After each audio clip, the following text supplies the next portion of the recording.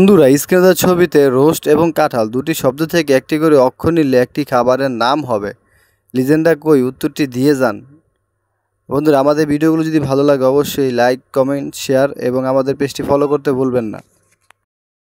বন্ধুরা, স্ক্রিনে দেওয়া ছবিতে কাতলা, বোয়াল, চিতল এবং রুই এই চারটি মাছের থেকে কোন মাছের মাঝের অক্ষর বাদ দিলে একটি পাখির নাম হবে? পারলে বলুন তো।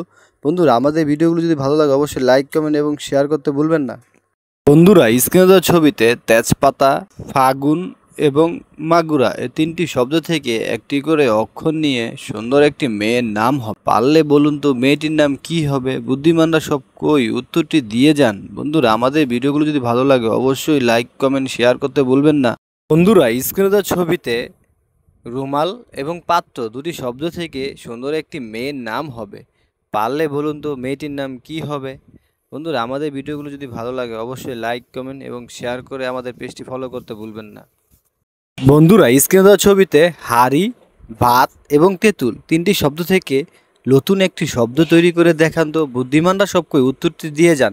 বন্ধুরা, আমাদের ভিডিওগুলো যদি ভালো লাগে অবশ্যই লাইক, কমেন্ট, শেয়ার এবং আমাদের পেজটি ফলো করতে ভুলবেন না।